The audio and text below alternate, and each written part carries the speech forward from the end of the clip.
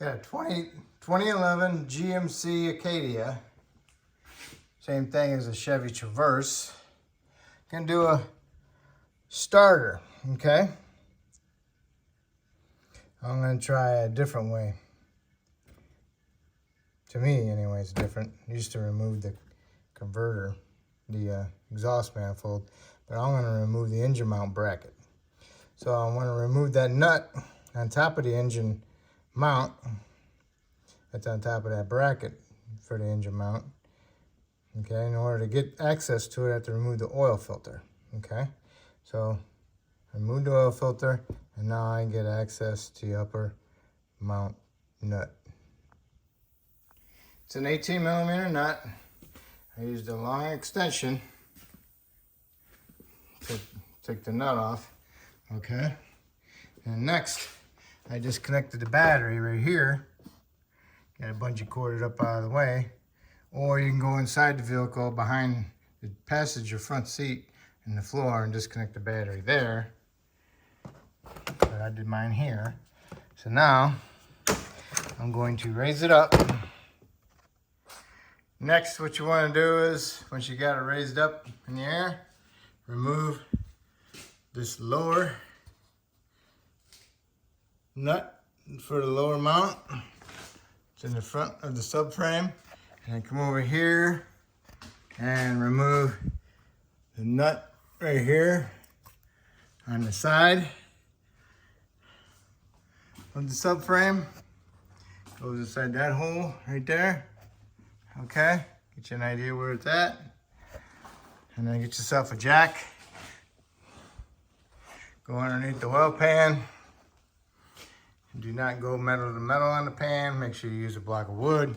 And we're gonna raise up our engine a little bit because I want to remove this front engine mount, okay?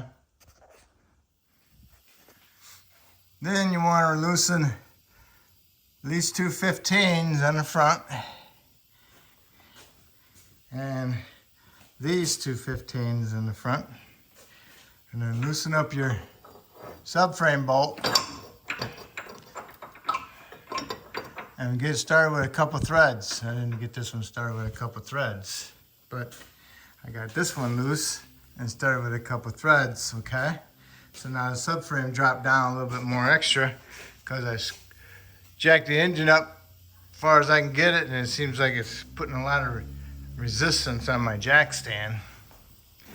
So now this mount is pretty loose and I can swing it out of there.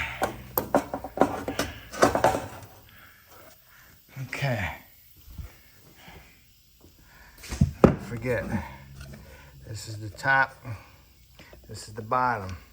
Look at that, huh? That's nice. Need a new mount. Okay, now I'm gonna come over here to this mount bracket. It's got 15s on it. There's 4 of them. I'm gonna start working on those. Okay, I got 3 of them out. Okay, 15mm head, 2 on the bottom, 2 right there. Another one right there, and another one directly way up on top. Goes over the top. I got an extension on, a 6-inch extension with a shallow 15 chrome.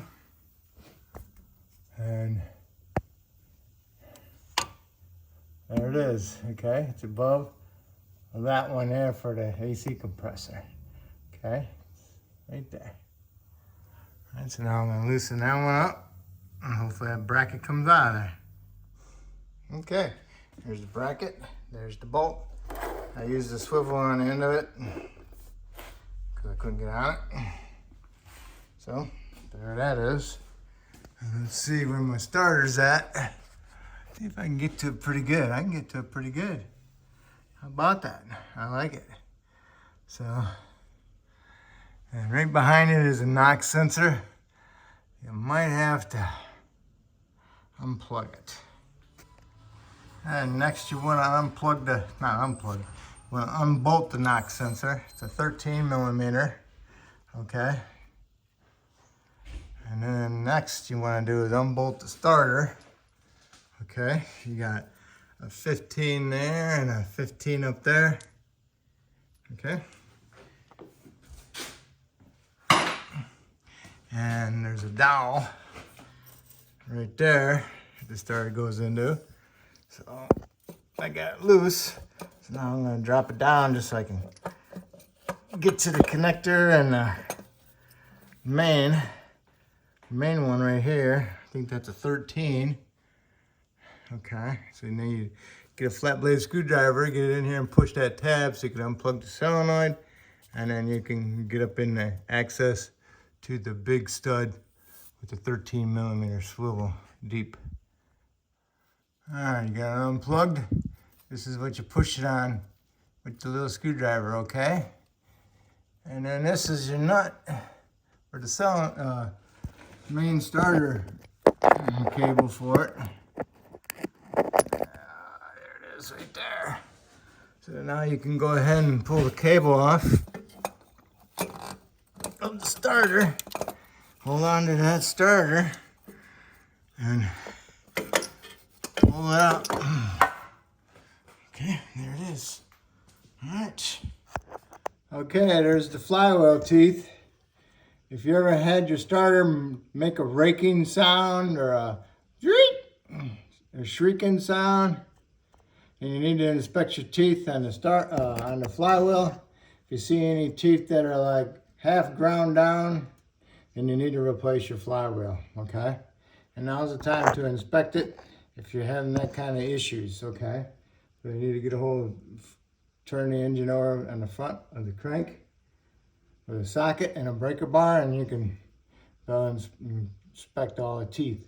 What you want to do is mark the flywheel with some paint, so that way you don't keep going around and around and around and don't know where you started or stopped, okay? So next you need to do is go ahead and put your starter up in there, and then get your main terminal on it, and put the nut on it, and then tighten the nut up. Okay, I got my cable on, got my nut on, and just so you know, right here, there's a piece of plastic sticking out. Make sure you get this cable past it, so it goes behind that, so it sits flat, okay? And now you can go ahead and plug the solenoid in. Make sure you line it up and then push it in there, okay? And give it a little tug, see if you can pull it out.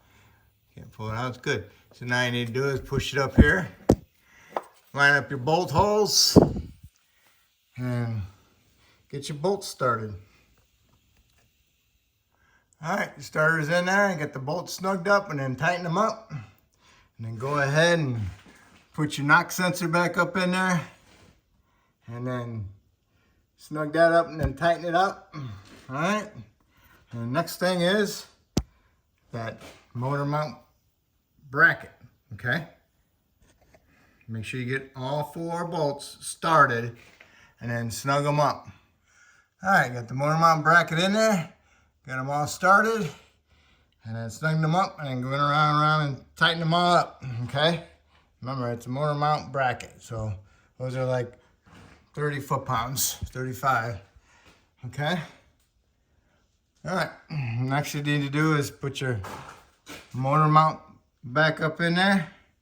I would, but mine is no good, so I'm gonna go get one, and I'll be back.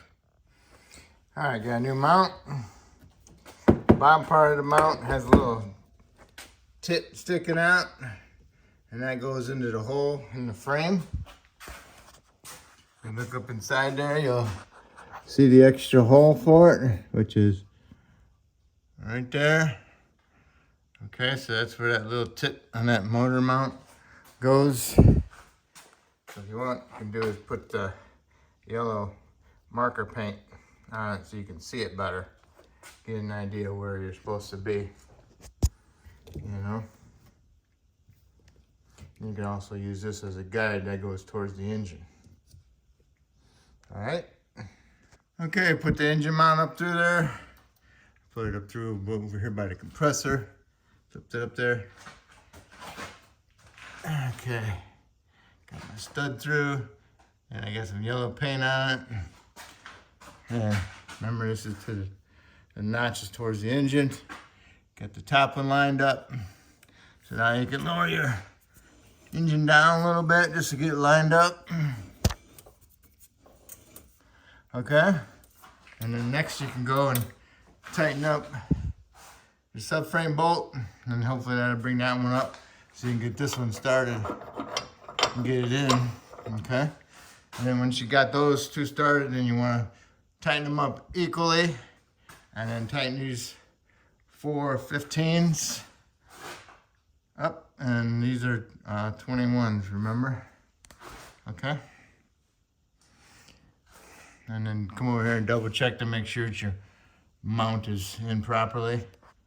And then you can go ahead and put your lower mount bolt on and tighten it up. And don't forget about this mount bolt right here. Put that one in there and tighten it up, okay?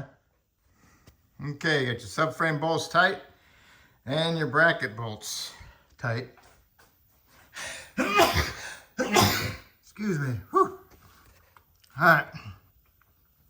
Next, get your mount bolt nuts started and tighten them up. Okay. That's it for underneath. Since you did the oil filter, you might as well do an oil change. So go ahead and change your oil. All right. And don't forget to put oil back in it. Okay. Now we're gonna lower it down and do things on top.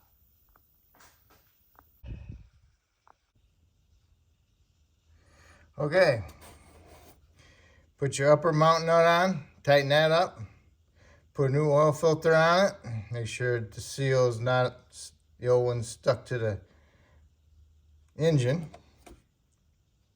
Put your oil in it, 6 quarts, 530, all right, getting closer. Next, get your battery on here and tighten your nut up. And then flipped over the little lid. And then put your engine cover back on and then your oil cap. And go ahead and start it and double check your oil level, and you're all set. And that's how you do your starter, okay? If I helped you out, that's awesome. Hopefully you can help me out by subscribing, and I appreciate it. Thank you.